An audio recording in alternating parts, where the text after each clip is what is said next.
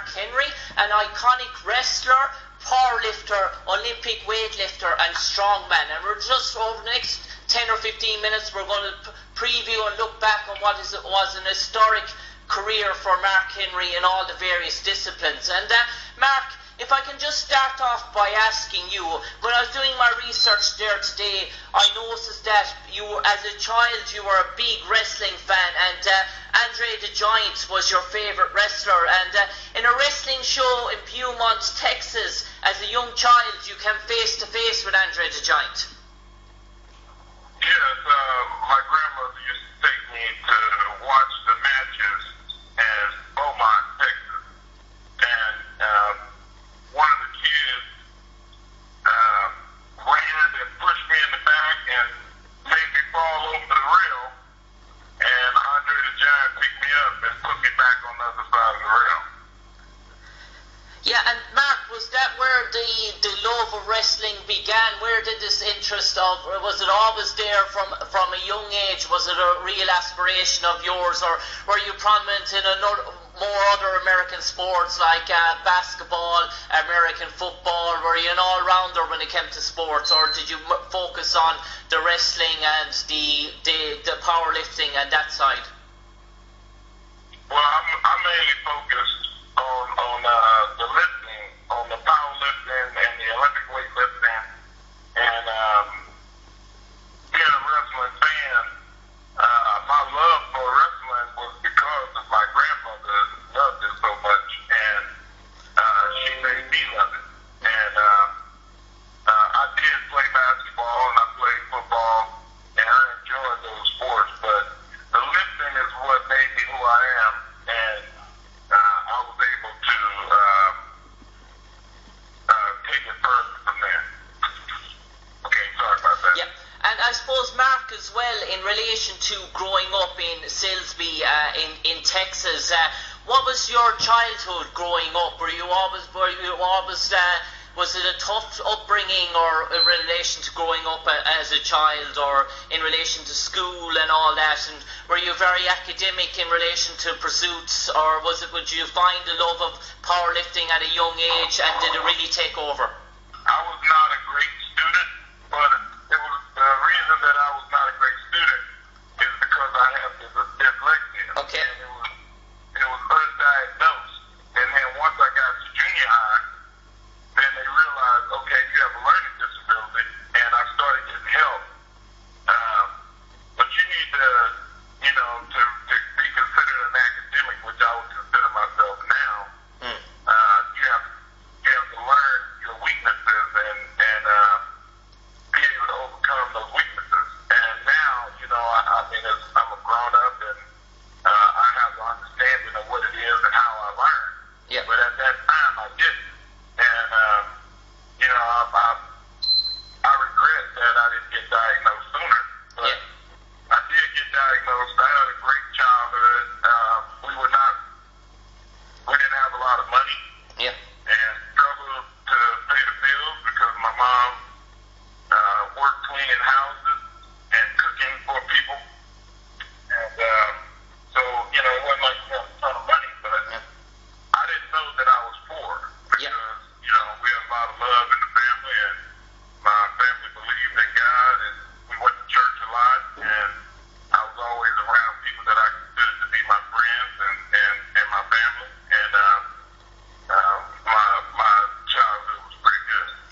Yeah, and I suppose, Mark, in relation to the weightlifting and the powerlifting, it really took off at a young age. And at the age of 18, you were called the world's strongest teacher by the Los Angeles Times, and you made global headlines all across the United States in relation to winning national school powerlifting champions, and you were a 3-time Texas state champion. You were sort of propelled into the spotlight ever before you came about in your Olympic career and in relation to your wrestling career, and as a youngster at only 18 years old, being the focus of the attention all across America. Was that sort of a daunting experience, or something you were unused to, or how did you take it? No, from an early age, like I said, I wanted to be considered the strongest man in the world, and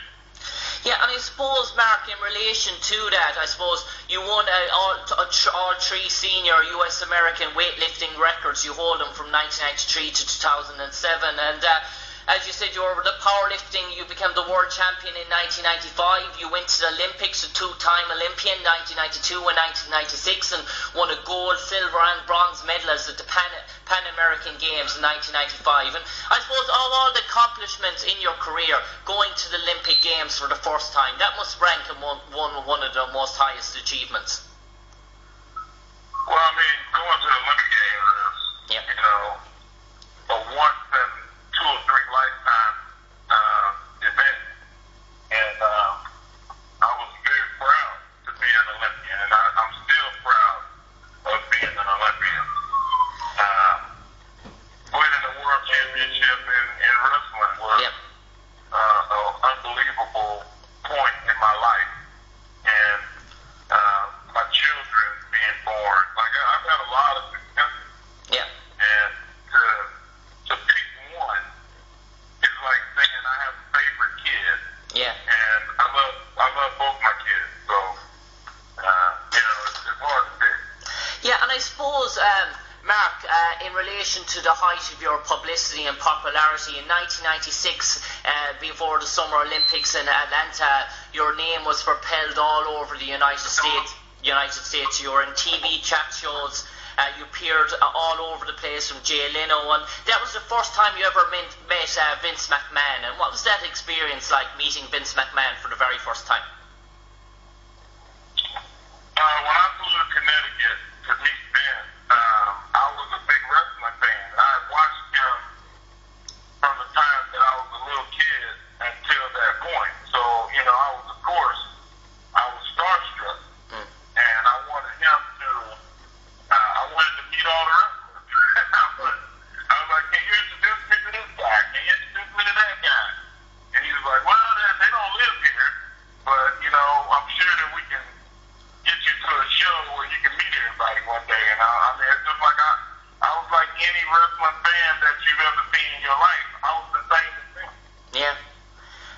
And I suppose, Mark, that sort of led you signed a 10-year contract with the WWE, but it was WWF, but it was unique at the time because Vince allowed you those 3 months off every year from wrestling to compete in powerlifting and weightlifting competitions. And what was that first year like in the WWF for you? Was it a whole different world, a whole different landscape to what you were used to? Oh, it was unbelievably hard because I had never wrestled before. I did martial arts, but I never did wrestling. And wrestling is a very, very difficult sport. People, they see it and they go, oh man, that's easy. Anybody can wrestle. But that's not the truth. You wrestle against the best guys in the world. And it can be kind of embarrassing, So the first 3 years of my career were really, really tough. And, I was lucky to just come out with just a couple of injuries because it's a sport where you can really get hurt and, never recover. So I felt like once I got past that first 3 years, I was going to be fine. Yeah, and Mark, starting off, you were trained by an ex-professional wrestler in Leo Burke. He sort of took you under his wing. And what was that experience like? And what did Leo learn you straight off, coming from a powerlifting background where you were able to squat more than 900 pounds? And we all know your strength technique, but the finesse of wrestling, from all the locks to the various holds and positioning, knowing your way around the ring. Was Leo the first person that maybe molded your craft as a wrestler? Well, Leo was not my first. The first guy that trained me was Tom Pritchard. Okay. And Tom Pritchard has a wrestling school in Tennessee now with Kane. Okay. They have a school, but Tom Pritchard was hired by the WWF at the time to coach me. Okay. And to show me how to wrestle. And after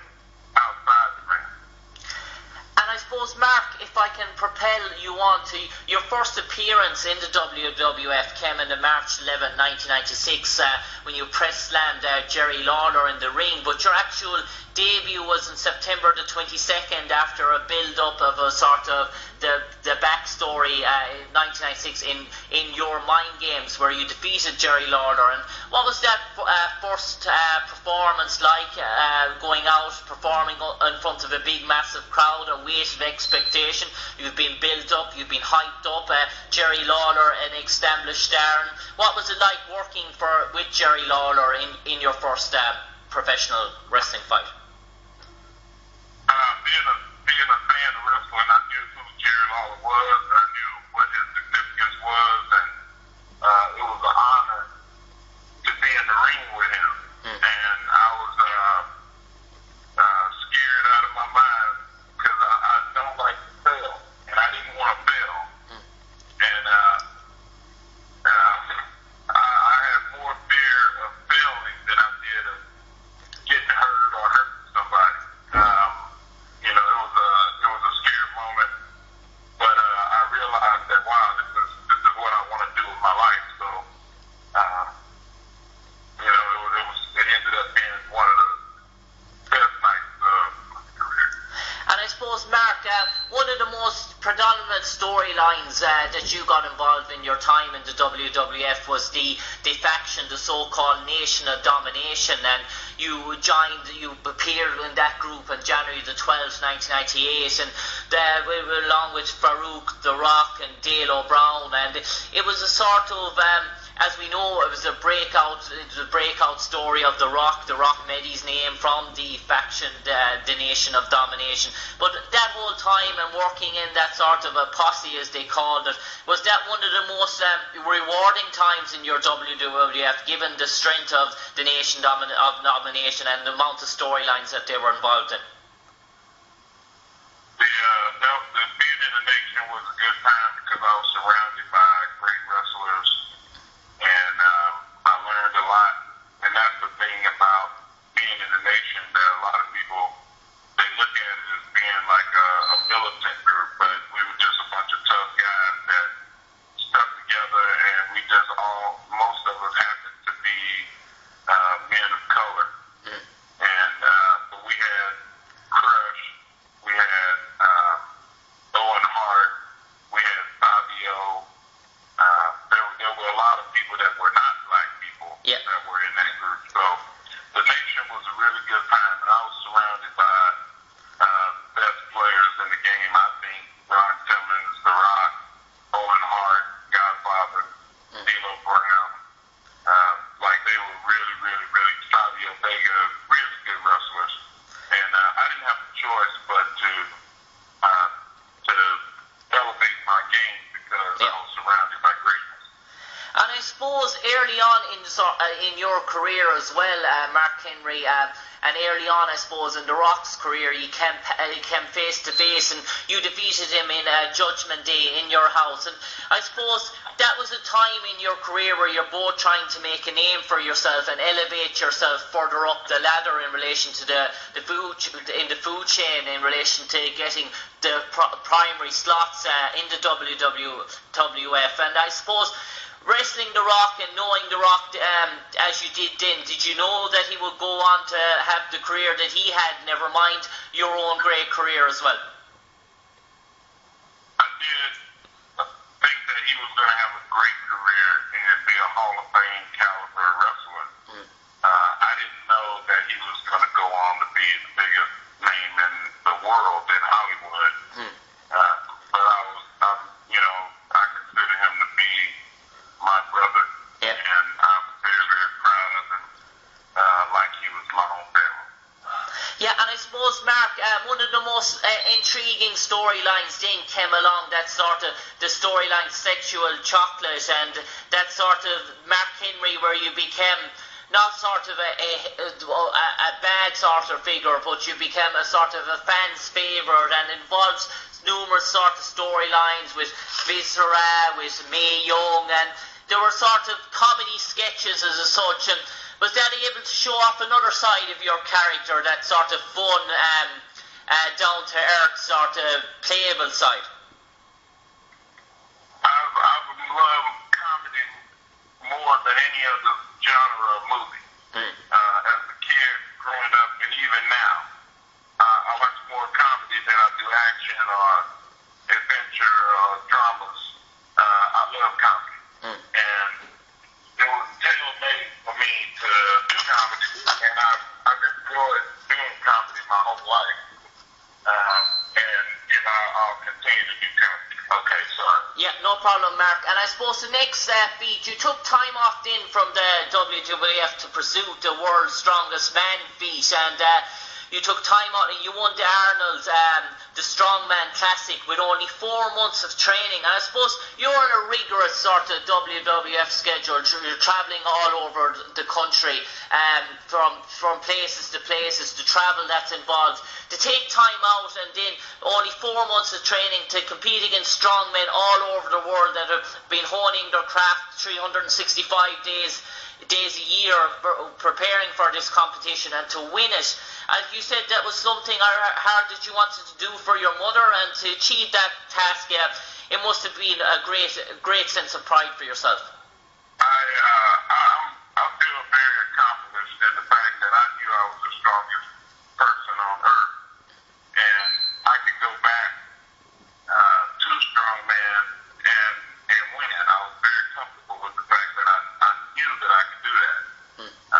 But wrestling was how I made my money, and wrestling was the sport that loved me the most, and it gave me the most to help my family. And I will always consider myself a pro wrestler, and that is where I feel like when I die, people will talk about my legacy. And Mark, in relation to your own career in the WWF, when you came back from the World's Strongest Man competition and achieving that honour, the World's Strongest Man, it sort of, when you came back, sort of propelled you to the next level. All of a sudden, rivalries happened with Shawn Michaels, with Booker T, and you had some great matches and some great tussles with Shawn Michaels and Booker T, and it sort of propelled you on to that heavyweight championship stage, and you got your opportunity there after interfering with Batista, and you sort of fought Kurt Angle for the World Heavyweight Championship match in 2006, and after 10 years being in the WWF, to have that chance for a World Heavyweight Championship match with another Olympic champion. I understand, like you know my story, like you telling me everything that happened, and I understand that. I've worked hard, and it took me a long time, and all of the people that I wrestle, every time you wrestle somebody that's great, it makes you better. Yeah. And the Booker T's and Triple H's and Shawn Michaels and Big Show and Kane and Undertakers, and like I wrestled maybe 100 Hall of Famers. Yep. So, how can I not elevate myself? Yep. I enjoyed wrestling all of those guys that you mentioned, and The Rock, and the list goes on. And wrestling has been very good for my life. And without wrestling, I don't think that people would know me as much as I'm known, even though I was a world champion in 2 other sports, lifting weights, and went to 2 Olympic Games. So wrestling has been my life, and it's my life right now. And I hope that before the good Lord takes me, I'm able to help a lot of people become who I became. So. And Mark, just mentioning there, as you said, you mentioned all the greats, and from Brock Lesnar to John Cena to future greats. But WrestleMania, it probably holds a significance for every wrestler. It's the showcase, it's the marquee, it's like the Super Bowl of wrestling every year. And you had your WrestleMania sort of iconic match at WrestleMania 22 against The Undertaker, and that sort of experience. What was that like, that whole day even? I mean, it